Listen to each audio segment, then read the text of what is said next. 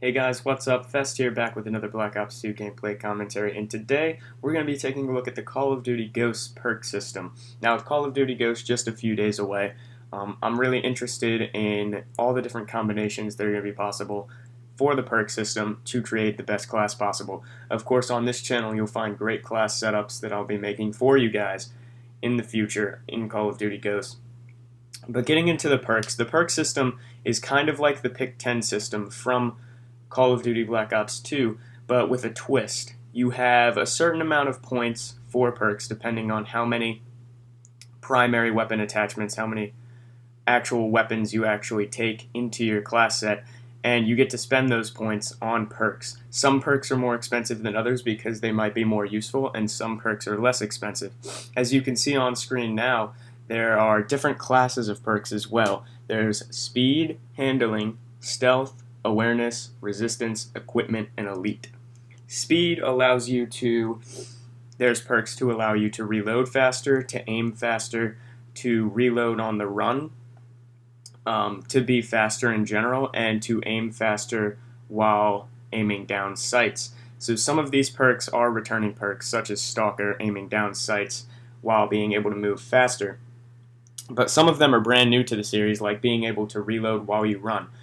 I think this is going to be an interesting perk because a lot of people that I know actually sprint reload cancel, as in they sprint to actually cancel their reload rather than YY. I do that a lot actually. I've just recently gotten into YYing.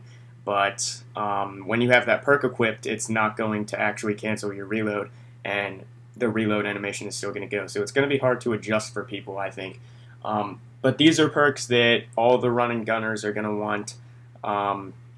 If you're an SMG player and you like to run and gun all around the map, speed is definitely going to be one of the perk categories you're going to want to stock up on. The next category is handling. These include things like dexterity, steady aim, on the go, which lets you reload while sprinting, is actually part of handling, not speed. Sorry for that. But these actually allow you to improve your actions and accuracy. Steady aim is going to increase your hip fire accuracy. On the go is going to allow you to reload while sprinting. So anything that involves handling is going to be in this class set. So the next is stealth, and I think the stealth perks are going to be used a lot by the people that like to actually beat ghosts in the game. These people are going to be using silencers most likely. They allow, one of the perks is ghosts, which allows you to stay off the radar. Another one is takedown, which allows you to actually kill enemies without revealing their death location. So what that means is when you kill an enemy, instead of them dropping a skull where they died to alert the enemies that you're around there, they won't do that. They'll just die, and that'll be the end of it. They won't drop a skull, which I think is a really cool idea. Obviously a new perk to the series. I think it'll be interesting to see how it turns out. So the next perk set is awareness. So this is described as keep in tune with your surroundings. Awareness perks help you survey the environment and detect enemy players. So the obvious one here that would be returning is sit rep. It allows you to detect enemy explosives and tactical equipment just as it has in the past Call of Duties. Another one here is wiretap. It allows you to utilize all the active enemy and friendly SATCOMs on the field. So say the enemy gets a SATCOM on you and you're using wiretap, you'll actually have the same actual ability that the enemy has to see you on the map. So say they get 4 SATCOMs to be the equivalent of a Black Ops 2 orbital VSAT, you'll actually have the orbital VSAT for yourself if you're using wiretap, which I think is pretty interesting. The next perk set is resistance. All the objective players are going to be stocking up on resistance points. These include the Black Ops 2 equivalent of TAC Mask, the Black Ops 2 equivalent of Flak Jacket. Another one would be Focus, which is the Black Ops 2 equivalent of Toughness. All the OBJ players are going to be using this. I know Focus is going to be a huge one. I think personally Focus is going to be overpowered just as Toughness was in Black Ops 2. That's just my personal opinion. I literally never ran a class without Toughness on Black Ops 2 because it was just that good. So we'll see how that goes. The next perk slot is equipment. So equipment is described as tacticians swear by their gear, and equipment perks ensure that you have the best tools on hand. So examples of this would include an extra tactical, which obviously allows you to get an extra tactical, or an extra attachment for your weapon. So I don't know if I would use this that much. Support players would probably use it a decent amount just to get extra equipment on the enemy, making them actually use the resistance perks by bombarding them with tactical equipment. So the last category is actually really interesting. It's called Elite, and they offer special abilities that affect your loadouts in a variety of ways. So there's one, the first one you can see, the dice is Gambler, and it allows you to spawn with a random perk.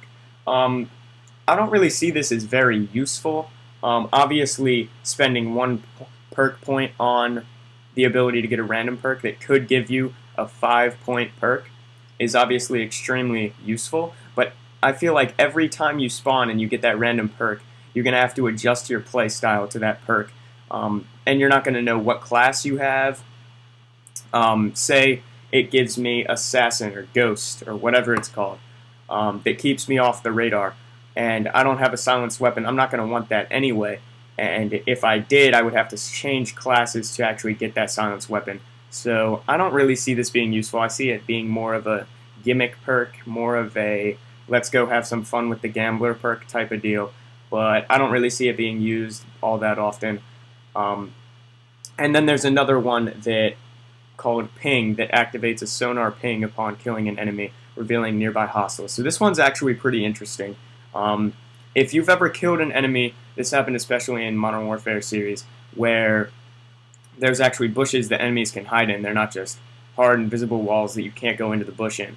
But if you've ever killed an enemy and then his friend just snipes you out of nowhere, you have no idea where he was hiding in a bush. If you kill that enemy now and you have the ping perk, it'll actually ping him on the radar so that you'll know he's hiding in that bush even if you can't see him. So obviously a lot to take in with these perks, guys. Honestly, I think that it's a good idea where they're going. I'm not too sure if it's going to be wildly successful. There are a total of 35 perks, the most out of any Call of Duty ever. So it's going to be chaotic. It's going to be hard to keep the game balanced, I think, because there's just going to be so many options, so many different options of what you can actually do in the game to set up your class. But I don't know. I think it'll be interesting, especially for the first 2 weeks. That first 2 weeks of the game being out, no one really knows what's overpowered yet, so it's really actually fun until people actually get their hands on overpowered class setups. But once that happens, I think that there's going to be a major need for nerfs of different perks in the game. I do like the fact that they're kind of separated out. Like if I do want to run and gun, they have speed perks for me right there. All of which are very useful to run and gun people. I also like that they have the resistance perks. Hopefully they're not as needed as in Black Ops 2, because in Black Ops 2, if you didn't have Flak Jacket and you were facing a team that just naded BDOM every time, there was no way you were getting BDOM. But yeah, I think it's a really interesting idea. The one thing that interests me the most is probably the fact that there is a 5-point perk. This is the one that's worrying everybody. The more of a streak you go on, the more damage your gun does if you have this perk equipped. So I don't really know how that's going to work. I think it's going to be overpowered personally. But another thing I want to know from you guys is leave it in the comments below. How do you think Specialist is going to work? Is it going to be 1 kill unlocks you a 1-point perk, 2 kills unlocks you a 2-point perks? I'm kind of curious as to that.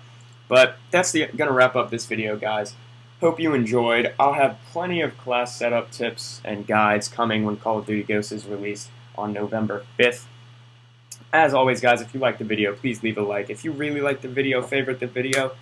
And if you want more Call of Duty Ghosts content, please subscribe. Until next time, guys, peace out. Have a good day.